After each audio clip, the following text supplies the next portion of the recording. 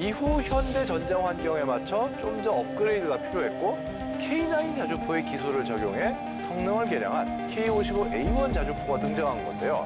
이제 K9은 155mm 포탄 계열을 넘어 자주포 전체를 대표하는 무기 체계가 되었습니다. 그만큼 국내외를 막론하고 엄청난 명성을 자랑하는데요. 그러나 대한민국은 K9을 보조하기 위한 두 번째 자주포도 존재합니다. 현장 배치된 수량만 1000대, 절대 무시하지 못할 존재인데요. 바로 K55가 오늘 이야기의 주인공입니다. 오죽하면 K55는 현재 미국 등 우방국가의 연합훈련에 여전히 등장하는 핵심 무기 중 하나가 되었습니다. 그래서 준비했습니다. 오늘은 K9이라는 걸출한 자주포를 가진 대한민국이 왜 서브 자주포 K55가 필요했는지 K55의 가치에 대해 자세히 알아보겠습니다.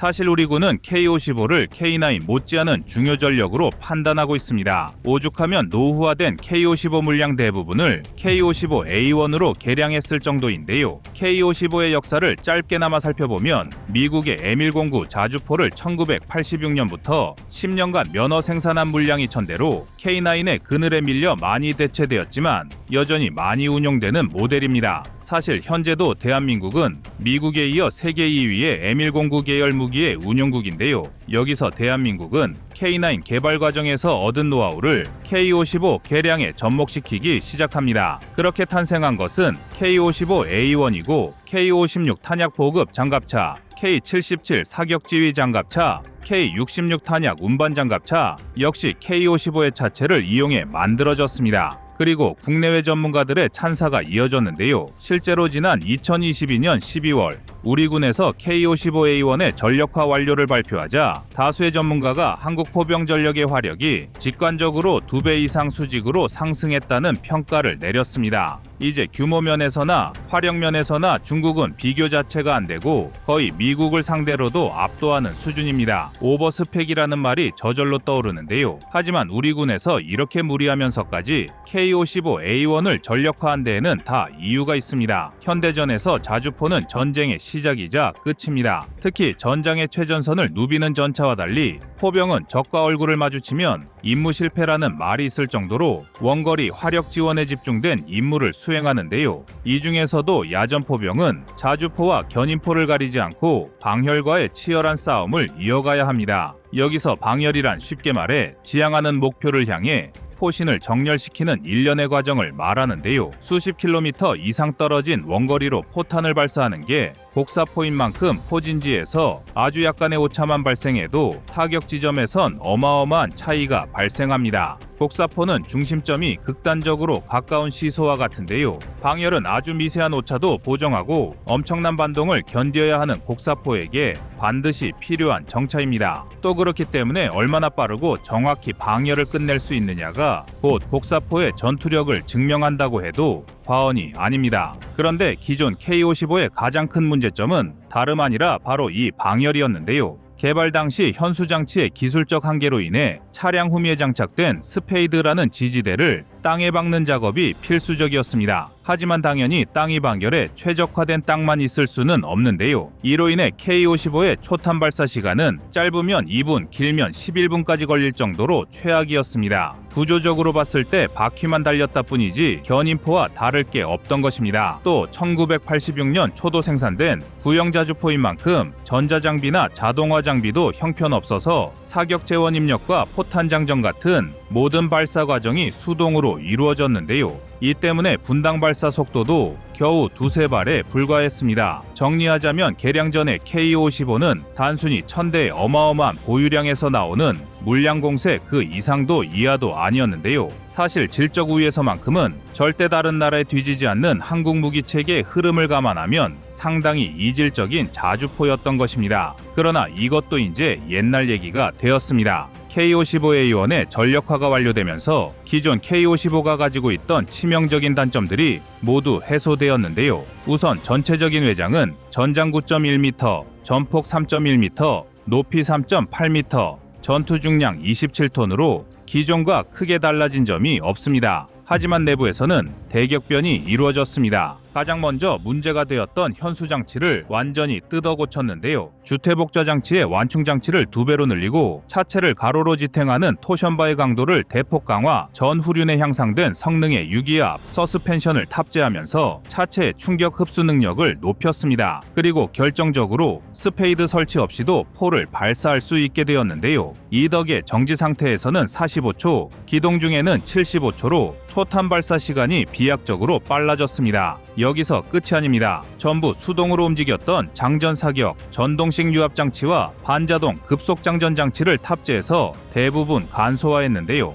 특히 포탄을 올리고 버튼을 누른 뒤 장약만 넣어주면 사격 준비가 완료될 만큼 장전이 쉬워져서 분당 발사 속도가 기존 대비 2배까지 향상되었습니다. 이 정도만 해도 현대 웬만한 자주포를 씹어먹을 만큼 훌륭한 스펙으로 다시 태어난 건데요. 하지만 고작 이걸로 K9과 비교하기에는 무리가 있습니다. 그리고 실제로도 K55A1의 진화는 이뿐만이 아닙니다. 가장 중요한 관성항법 장치, 위성항법 장치, 속도 보정 장치가 대대적으로 개량되면서 명중률이 대폭 향상되었는데요. 바로 K9을 현존 최강의 자주포로 만든 전자장비들입니다. 일례로 관성항법 장치 INS는 쉽게 말해 매우 성능이 좋은 자이로스코프입니다. 기본적으로 곡사포인 자주포가 목표를 지향하기 위해서는 자주포의 현재 위치 좌표값과 진북 방향, 그리고 지구 수평면에 대한 고각과 경사각 등을 계산해야 하는데요. 그렇다 보니 원래는 따로 측지반을 운용해 이 모든 값을 사람이 직접 계산해야 했습니다. 하지만 이제는 INS를 활용해 훨씬 빠르고 정확한 계산이 가능해졌습니다. 한마디로 사람 머리로 하던 계산을 컴퓨터가 담당하게 된 건데요. 그러나 INS는 계산이 반복될수록 오차가 누적된다는 단점이 있습니다. 그리고 이를 위해 위성항법 장치, 즉 많은 분이 알고 계시는 GPS가 자주포의 현재 위치를 계산해주며 INS의 누적 오차값을 보정해주는 역할을 합니다. 마지막으로 속도 보정 장치인 VMS 속도 감지기는 자주포 변속기의 회전 입력을 전기 신호로 변환해 INS가 자주포의 위치를 계산할 수 있도록 데이터를 제공해 주는데요. 즉 INS, GPS, VMS 모두 서로를 상호 보완하며 더욱 완벽한 자주포가 되도록 해주는 핵심 장비인 셈입니다. 이쯤 되면 개량이라는 말보다 새로 한 대 뽑았다는 말이 더 어울리는데요. 게다가 우리 군에서는 K9을 운용하면서 K10 탄약 운반 장갑차의 효율을 경험했고 K55A1에도 K56 탄약 운반 장갑차를 배치했습니다. 기존 K55 자주포에 쓰이는 탄약의 적재화 보관은 군용 트럭을 이용했는데요. 하지만 트럭의 경우 험지 주파 능력이 떨어지는 것은 물론 적 포탄 낙하 시 유폭의 가능성이 매우 높았습니다. 그러나 K56 탄약 운반 장갑차가 개발되며 트럭의 모든 단점이 상쇄된 것은 물론 기존에 9명이나 필요했던 운용 인원이 3명으로 대폭 축소되었습니다. 이처럼 K55A1은 더 빠르고 더 정확하며 더 안전하게 만드는 것이 목표였는데요. 여기서 더 놀라운 점은 마개조라 불려도 손색이 없는 K55A1의 개량 사업이 대당 겨우 10억 원밖에 들지 않았다는 점입니다. 한마디로 K9 자주포의 반의반도 안 되는 가격으로 세계 최정상급 자주포 화력을 갖추게 된 것입니다. 실제로 K55A1은 한국에서나 2인자 취급이지 다른 나라에서는 주력급을 압도하는데요. 당장 미국의 주력 자주포인 M109, A6 팔라딘과 비교해도 전혀 꿀리지 않는 위력입니다. 우선 크기에서는 K55A1이나 팔라딘이나 큰 차이를 보이지 않습니다. 그나마 사거리에서 팔라딘이 30km, K55A1이 32km로 비슷할 뿐 운용 성능 분야로 넘어가면 격차가 더욱 커집니다.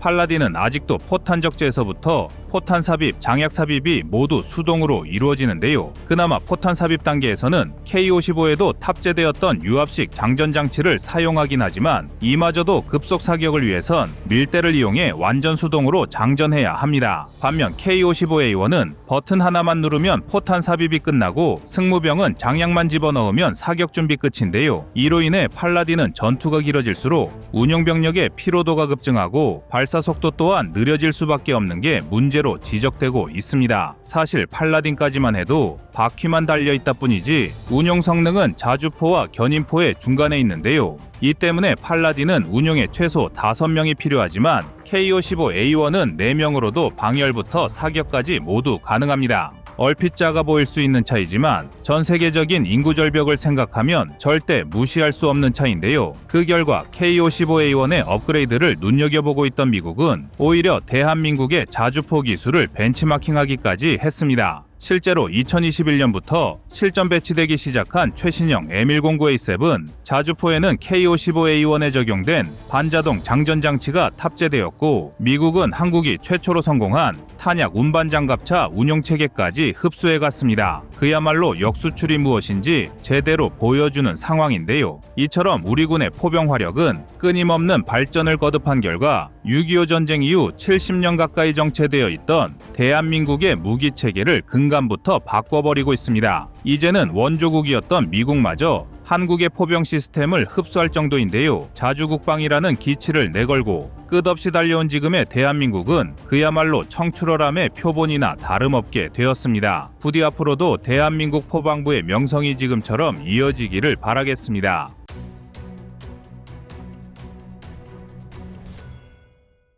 다음은 25년 4월 1일 노르웨이 뒤통수 영상입니다. 제주는 한국이 부렸는데 돈은 노르웨이가 쓸어 담고 있었습니다. 2023년 기준 유럽엔 11개의 탄약 공장이 있었고 이를 풀가동해도 우크라이나군이 필요한 수요에 맞추기엔 절대 부족했는데요. 특히 노르웨이와 핀란드의 합작회사 남모는 땅 짓고 헤엄치기식 장사로 미친 듯 돈을 쓸어 담아갔습니다. 우크라이나 전쟁으로 포탄 공급 부족이 한창일 때 노르웨이 남모의 수주 잔고는 최소 14억 달러, 최대 20억 달러 한화 3조 원에 이르렀으며 남모의 경우 전쟁 전보다 155mm 포탄의 생산량을 20배 증산하기도 했습니다. 그러나 우크라이나가 요구한 25만 바렌 턱없이 부족했고 남모의 CEO 모르텐 브란짜심은 엄청난 증산엔 막대한 자금과 리스크가 존재한다라며 장기 계약과 EU의 펀딩까지 요구했습니다. 즉 일시적 생산은 위험하니 나토가 장기적인 주문량을 확보해줘야 하며 이에 소요되는 공장 증설 비용도 나토가 대라는 것이었습니다. 정말 막무가내식 요구지만 물 들어왔을 때 노저으라고 했으니 여기까지는 이해할 수 있습니다. 그러나 노르웨이의 다음 행보는 너무 실망스러웠습니다. 현재 북유럽 3국인 노르웨이와 핀란드에 이어 덴마크와 EU 세발트 3국까지 K9 클럽에 가입했거나 가입 예정인데요. K9의 대량 도입으로 155mm 포탄 수요의 급증을 예감한 노르웨이와 폴란드가 한국에 협조를 요청한 것입니다. 특히 노르웨이의 경우 자국 출신 나토 사무총장 스톨렌베르크를 한국에 보내 우크라이나 포탄 지원과 현지 공장 설립을 제안했으며 비공식적인 합의까지 마쳤다는 후문까지 돌고 있습니다. 그러나 전술했듯 실제 노르웨이의 행동은 정반대로 나토에서 지원받은 금액으로 생산 설비를 늘렸으며 폭리까지 취한 것입니다. 기존 유럽 방산 회사의 증설도 공격적이었습니다. 독일 라인메탈은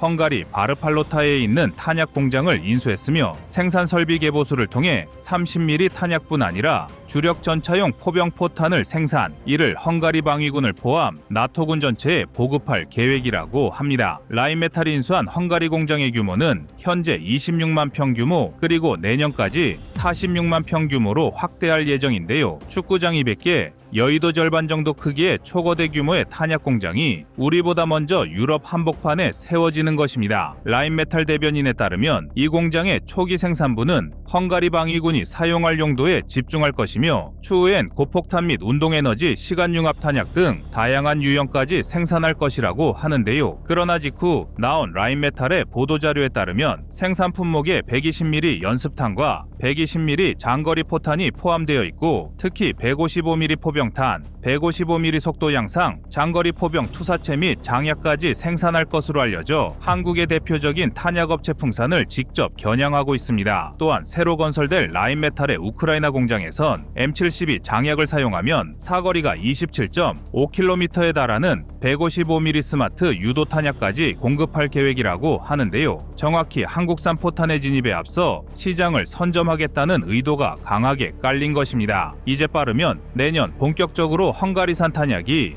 유럽 전역에 뿌려질 텐데요. 사실 120mm나 30mm 155mm 탄약이야 풍산의 주력 품목이 아니라고 안심할 수 있지만 2027년이면 이 공장에서 155mm 포탄 연간 20만 발이 생산될 예정이라 한국 방산이 유럽 시장을 선점하는데 가장 큰 방해 요소가 될 전망입니다. 지금까진 국방력 강화에 한 발 물러나 있던 프랑스도 트럼프의 등장으로 본격적인 방산 경쟁에 뛰어든 모습입니다. 작년부터 프랑스는 개전 초기 지원량의 3배에 달하는 매달 3,000발의 155mm 포탄을 우크라이나에 지원할 것을 약속했으며 자국 내 포탄 공장 개보수도 곧 이루어질 것이라 공표했습니다. 미국 역시 올해 텍사스에 155mm 포탄 공장을 세워 유럽에 공급하겠다고 발표했는데요. 해당 공장의 생산량은 월 10만 발, 1년이면 120만 발에 달하게 됩니다. 현재까지 나토군이 주로 사용하는 155mm 포탄의 경우 대량 공급이 가능한 국가는 자유진영 국가 중 오직 대한민국뿐이었는데 상황은 조금씩 우리에게 불리하게 돌아가고 있습니다. 나토는 155mm 포탄 확보를 위해 유럽 전역의 방산업체에